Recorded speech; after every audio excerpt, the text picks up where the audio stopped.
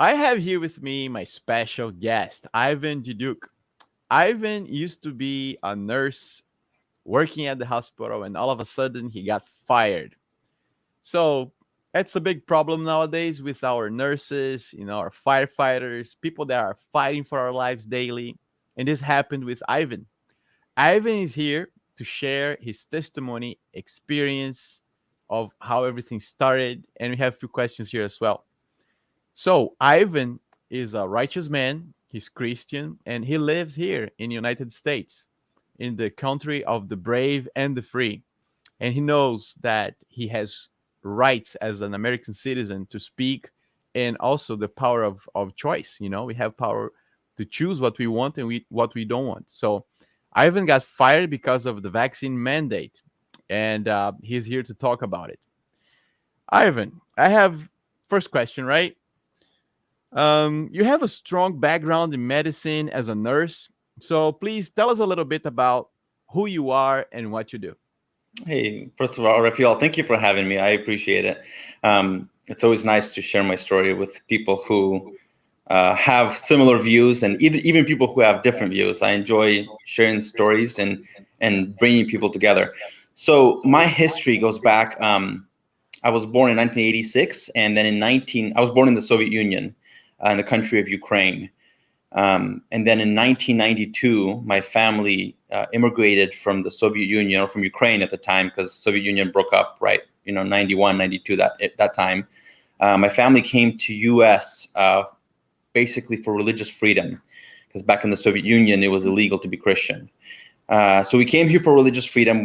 I was 6 when I came here, so I was a child. I just heard a lot of stories from my parents. But when I came to America, I went to kindergarten, I went to elementary school, middle school, high school, and college. When I was 17 years old, my dad passed away from pancreatic cancer. And that towards the end of his life, we had the hospice nurses that would come over to our house to help take care of him and to help support the family. And I really fell in love with the idea of being a nurse when I was 17 years old at that time, because I saw how compassionate and loving those hospice nurses were. So after high school, I went to college, had a couple other degrees before becoming a nurse. I was actually an EMT for a couple of years while going to nursing school. And then I became a nurse in 2011, did a couple of years at an urgent care, and then 7 years ago started working in the ICU, which is a critical care area of the hospital. I've worked there for 7 years. I love what I do. I love taking care of patients and families, especially at the end of their life. I feel like it's a privilege and an honor to do that job. So last year when COVID came out, we didn't know much about it. A lot of people were dying. It was very contagious. So it was definitely very stressful to be a nurse in the ICU during those times.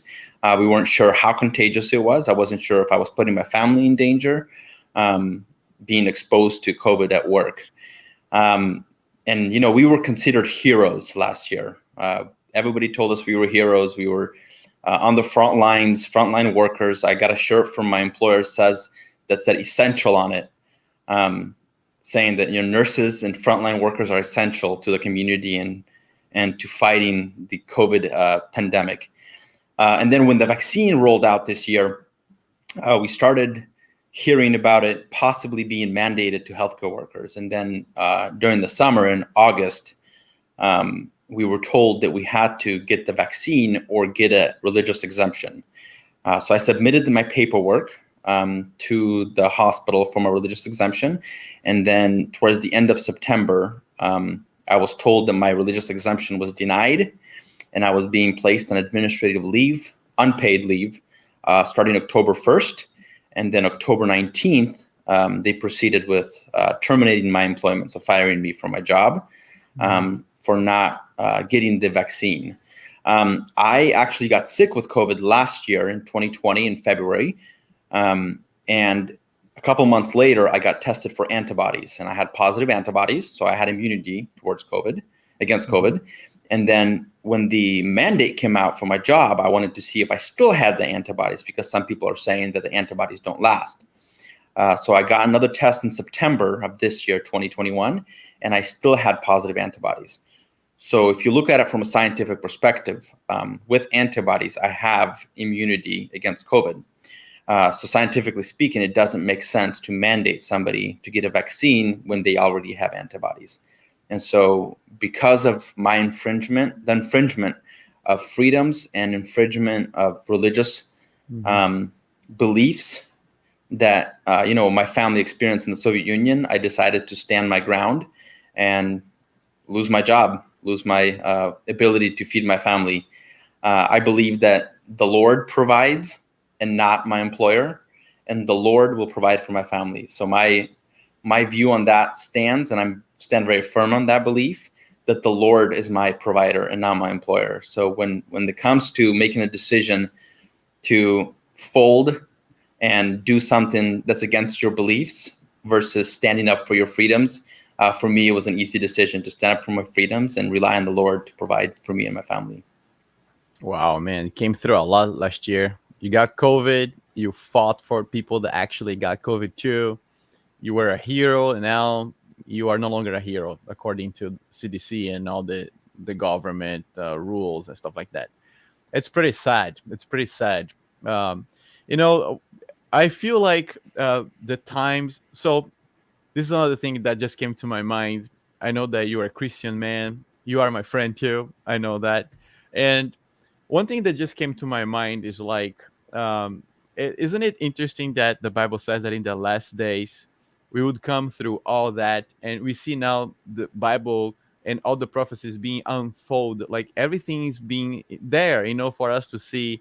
And how can you see that, like if you do this parallel of what's happening today, with all the tragedies, plagues, and the Bible, how would you how would you, can you explain that? How do you see that?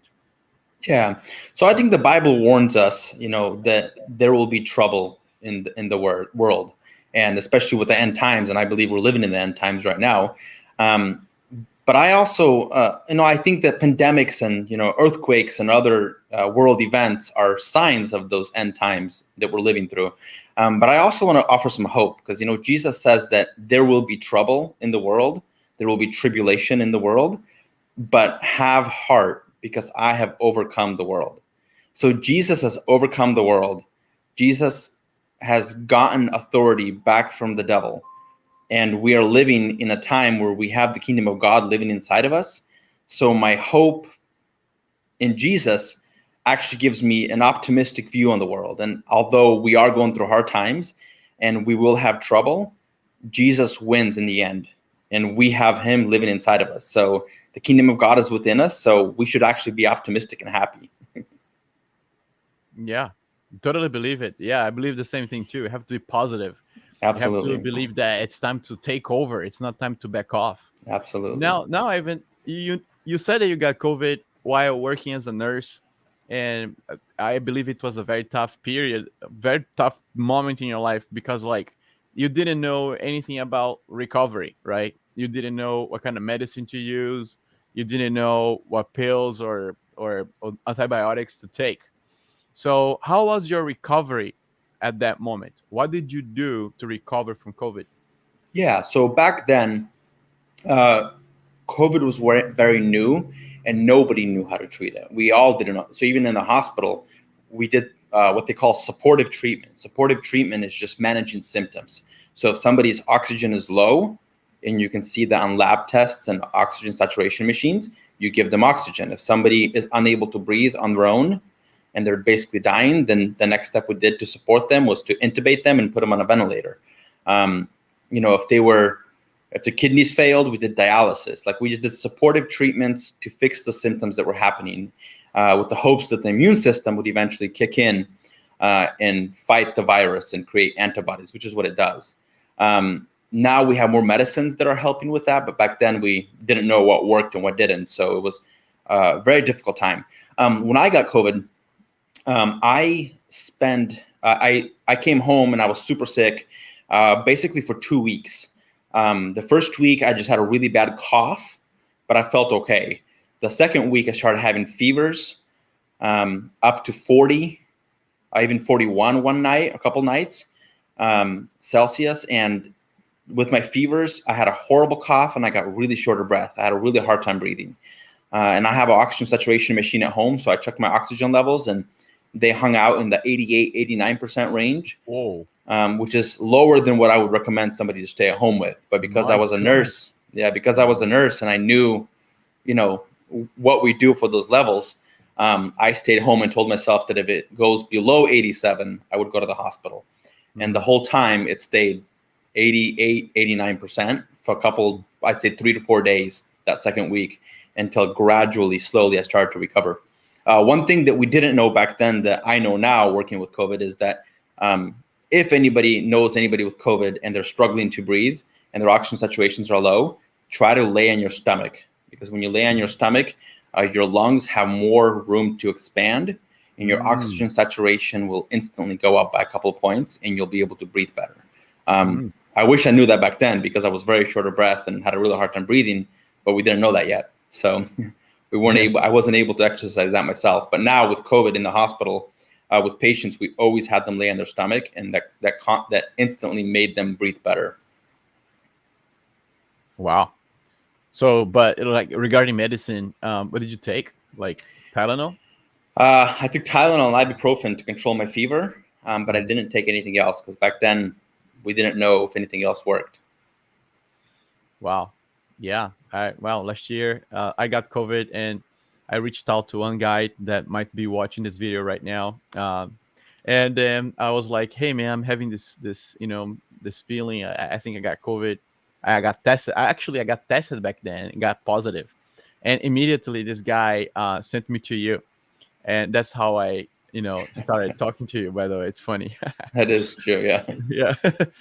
Yeah. And basically was the same thing too, just Tylenol and a lot of the Brazilian Russian witchcraft, like onion taped out on my feet, and eating garlic all the time. And that was kind of interesting, like onions and zinc, vitamin Yeah, D. And that worked, actually. That worked. yeah, It's funny, right?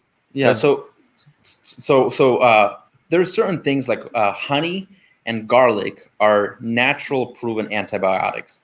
So if you have any kind of bacterial infection, especially in your throat or nose area, and you eat honey and garlic, it does have antibiotic properties. And then, honey and tea.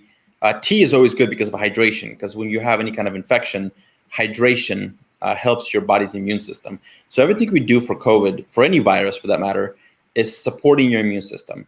Vitamin D is really important, especially if you're in areas where there isn't very much sun or you don't spend much time in the sun, because we get natural vitamin D from the sun. But if you're in an area like we live in Portland area, where there isn't much sun, especially most of the year, taking vitamin D supplements is very important. Vitamin C and zinc supplements are very important to support your immune system as well.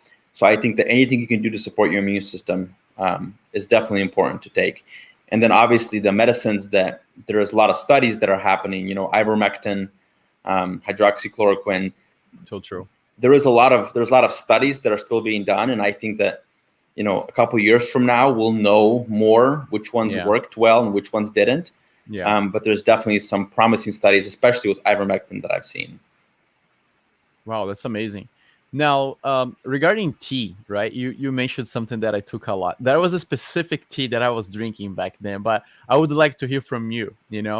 What kind of tea do you recommend for people that are having COVID at right now? I mean, what do you have anything in mind? Yeah, I don't know if there's any specific kind of tea. I think the idea of tea is just hydration. So I think anything that doesn't have caffeine in it, because caffeine actually dehydrates you. Yeah. I think drinking just regular water with lemon would probably be just as effective, but it's harder to drink a lot of water when you're sick because it doesn't taste good. But if you put tea with lemon and honey, it's easier to drink because it tastes better. So I think any kind of herbal tea with lemon and honey that doesn't have caffeine in it, just drink a lot of it to keep your body hydrated. Because the more your body is hydrated, the better your immune system can work. Yeah. I was having a lot of turmeric with ginger and lemon and honey. Yeah, Yeah, those that are was good. Yeah, and ginger, from what I hear, is pretty good as well for your immune system. Yeah, yeah, yeah. For many things, I guess, right? Like Yeah, heartburns, right? And digestion, right? yeah, indigestion and some even for nausea. Um, Mm. Having ginger helps with nausea. And then another quick, since we're talking about nausea, Hmm. if you ever have nausea, one of the fastest way to fix it is if you have an alcohol wipe, just a regular alcohol wipe from any pharmacy, and you smell it. If you smell an alcohol wipe, that can reduce your nausea receptors. It's kind of a cool trick I even use in the hospital occasionally. But why? Okay, why does that happen though? I have no idea. It's something that has to do with your nausea receptors in your brain. Uh, Um, okay. maybe it's the same pathway that nausea feelings move to your brain as your smell receptors. I'm not sure, but I've Mhm. definitely works. I've done it on patients with patients all the time, and it definitely works when somebody feels nauseous, smelling a little bit of alcohol or alcohol wipes, kind of immediately gets rid of the nausea. And it's interesting because in Russia, people treat patients. I think in Ukraine happens too, right? People like that's what I heard. I don't know about that, but that's what I heard. That nurses and doctors they treat patients with vodka. I don't know if that's true. Oh, I'm sure they do. Yeah, and I think so. If you have any kind of infections in like in your back of your throat, I think any kind of alcohol, Heals. obviously high concentration of alcohol levels sterilizes bacteria, so it kills bacteria. So I think any kind of alcohol that has a high alcohol content. I know that when people have coughs, I've heard of people taking either vodka or anything with high concentration of alcohol. Mhm. Just a little bit, obviously not too much, because then you're dehydrating yourself.